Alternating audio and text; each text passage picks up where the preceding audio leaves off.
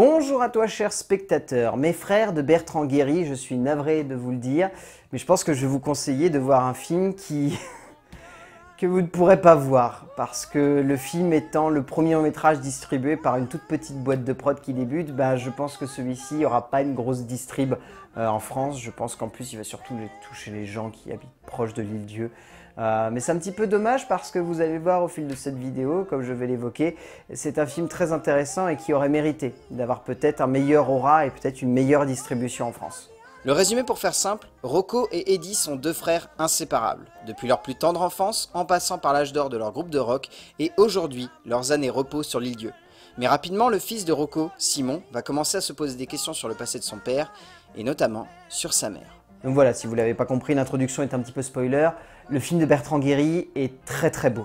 J'ai rarement été autant touché par un film qui dégage une telle sincérité quant à la manière avec laquelle il choisit de portrayer une famille de cette manière-là. Le geste cinématographique de Bertrand Guéry pourra vous sembler un petit peu anecdotique par moments, voire même assez grossier, cliché, un peu facile, mais il y a une vraie sincérité qui se dégage de la manière avec laquelle il choisit de portrayer cette famille et avec la manière avec laquelle il choisit de nous montrer les émotions qui sont générées au fil d'une aventure qui est très simple, qui est simplement un secret de famille qui hante un groupe de personnages qui va être remis au grand jour et du coup les personnages vont devoir apprendre tranquillement à s'en relever pour reformer un cocon solide. Ça peut sembler très simple comme manière de raconter une histoire ou comme manière d'évoquer ce genre de thématique, mais la manière avec laquelle c'est fait par Bertrand Guéry et Sophie Davout, ça évoque quelque chose de vraiment sincère, de vraiment juste, d'intense et qui arrive à nous faire voir la famille sous un autre jour.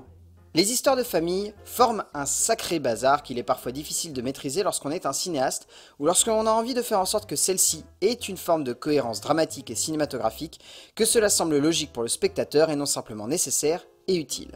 Pour sa première réalisation, Bertrand Guéry offre ici au spectateur une forme de douceur et d'âpreté pour une histoire qui pourrait sonner comme une œuvre grossière, mais qui heureusement, par le biais d'une écriture subtile et d'une forme de beauté graphique, réussit à être un peu plus que cela, à être une vraie aventure romanesque et délicate qui ne prend jamais le spectateur par la main. Alors en termes d'écriture, c'est Sophie Davout, donc la femme de Bertrand Guéry, qui a écrit le scénario. Le scénario qu'elle a écrit repose avant tout sur des personnages. Ces personnages peuvent sembler un petit peu grossiers, avec des traits assez rudes, par moments très bancaux. Finalement, on a tendance à se dire que c'est bof, mais ils sont d'une vérité, ces personnages. On a cette sensation en fait qu'on pourrait les côtoyer demain, que ces hommes, ces femmes qui peuvent sembler très clichés, grossiers, ils dégagent une vraie sincérité parce que Sophie Davout leur a inclus des thématiques qui lui sont personnelles, qui entretiennent un rapport particulier avec le corps, avec le regard que l'on porte sur l'autre, avec la manière avec laquelle on choisit de cacher des choses pour faire en sorte de protéger l'autre. Un père qui veut protéger son fils, un frère qui veut protéger son autre frère. Tout ça, en fait, c'est un ensemble de thématiques qui sont inhérents à n'importe quelle personne qui a une famille. Qu'elle soit dysfonctionnelle, qu'elle soit au contraire extrêmement simple ou sans le moindre secret à se cacher. La plupart du temps, ces familles-là ont tout de même cette aura, cette forme, cette structure presque. Pas narrative, ce ne serait pas le cas, mais cette manière en fait d'être construit, d'être caractérisé, d'être développé. Et c'est cette chose-là, je trouve que Sophie Davout a très bien réussi à capter, au cœur en plus d'une trame narrative qu'elle n'a pas choisi de rendre classique, qu'elle n'a pas choisi de rendre simple, qu'elle a au contraire décidé de développer en un ensemble qui semble extrêmement touffu, dans lequel on va avoir plein d'informations et on va toujours les voir de manière très claire, ces informations en plus. Davout développe un peu plus qu'une simple narration classique. Elle réussit à créer un ensemble dramatique qui sonne comme un tout bien plus fort qu'il pourrait y paraître, comme un ensemble cinématographique qui émeut et qui transporte à merveille le spectateur au fil d'une narration subtile et envoûtante. Il est difficile au final de voir du cliché au cœur de cette œuvre, car au bout du compte, ce qui sonne comme grossier ou déjà vu ne l'est finalement absolument pas. Parce que Davout apporte beaucoup de forme et de force à cette dramaturgie, qui ne résonne alors jamais comme téléphonée, mais bien comme une véritable chronique humaine et tendre, où l'émotion est le vecteur central d'une vision singulière de la famille. En termes de mise en scène, donc Bertrand Guéry, dont c'est le premier long métrage, il s'avère être d'une grande générosité émotionnelle. Le film verse un petit peu dans le pathos. Ça, là-dessus, je vous dirais pas le contraire. Le film a une tendance par moment à être très grossier dans ses traits, dans sa manière de concevoir l'ensemble des émotions qui sont générées au fil de l'évolution du métrage. Mais Je trouve du coup que la manière avec laquelle il choisit de filmer la famille, avec beaucoup de fantaisie, de poésie, de fantasmagorie, par moments avec une grande inventivité et une grande douceur, ça donne quelque chose qui a un petit pincement là, qui nous donne envie d'apprécier en fait ces personnages bien au-delà de simplement leur place de protagoniste, de vraiment nous mettre avec eux, nous immerger au sein de cette famille et mieux la cerner, mieux la comprendre, mieux avoir envie soit de l'interpréter, soit de l'embrasser. Enfin, c'est très particulier comme sentiment que provoque la mise en scène de Bertrand Guéry, mais c'est une mise en scène qui ne nous incite pas à regarder ces personnages, qui nous donne envie de plonger avec eux, de mieux les comprendre pour mieux savoir pourquoi à ce moment-là ils ont décidé d'agir ainsi, pourquoi ils ont choisi de protéger telle personne au détriment d'une autre. Tout ça en fait, ça crée un tout qui ne donne pas la sensation que Bertrand Guéry a simplement voulu poser une histoire. Il a voulu vraiment inciter le spectateur à comprendre les émotions qui sont générées au fil d'un récit où la mise en scène, le montage, la fantasmagorie de certaines séquences, notamment cette séquence de danse sur la plage que je trouve vraiment magnifique.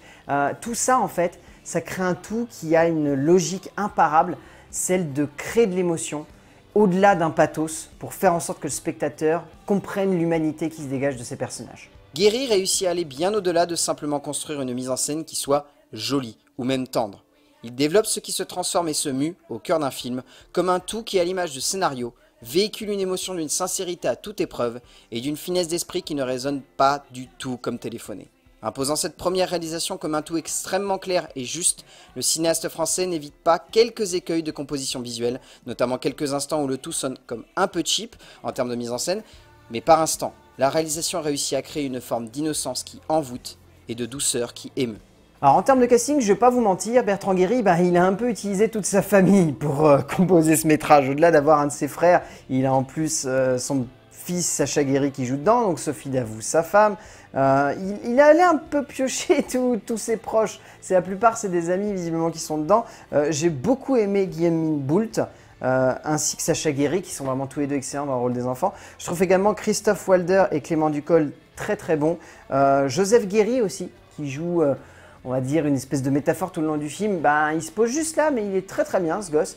Mais le film vaut surtout le coup parce que les deux acteurs principaux, qui sont pas tous les deux des pros, si j'ai bonne mémoire, il y en a un des deux en tout cas qui est amateur, il dégage quelque chose mais de hyper intense. David Harib et Thomas Guéry forment un duo de tête d'affiche qui emporte totalement le métrage et qui va bien au-delà de leur statut d'amateur en un sens pour former simplement un duo excellent et d'une sincérité à toute épreuve finalement, pour notre plus grand plaisir. Au bout du compte, Mes Frères, c'est une œuvre totalement atypique. Je doute que la plupart d'entre vous, vous en entendiez parler, mais si vous en entendez parler, ayez un petit peu de curiosité. Allez dans la salle de ce film et revenez ensuite me voir pour me dire ce que vous en avez pensé. Parce que très honnêtement, je trouve que c'est un film qui est passionnant, qui peut-être est un petit peu cheap par moments, a tendance à être un petit peu grossier dans ses traits, mais c'est un film qui dégage une sincérité à toute épreuve, je trouve, dans la composition des personnages, dans les acteurs qui campent ces personnages, dans la mise en scène qui développe une émotion qui est extrêmement sincère. Et rien que pour ça, je trouve que Mes Frères de Bertrand Guéry, c'est un beau film et que je vous conseille fortement de voir en salle s'il passe pas loin de chez vous. Voilà. Je ne sais pas quel sera le niveau de distribution de ce film, mais je croise les doigts très honnêtement pour qu'il ait quand même une distribution à peu près potable, pour que le film ait un certain aura et qu'il parvienne peut-être pas loin de chez vous. A plus!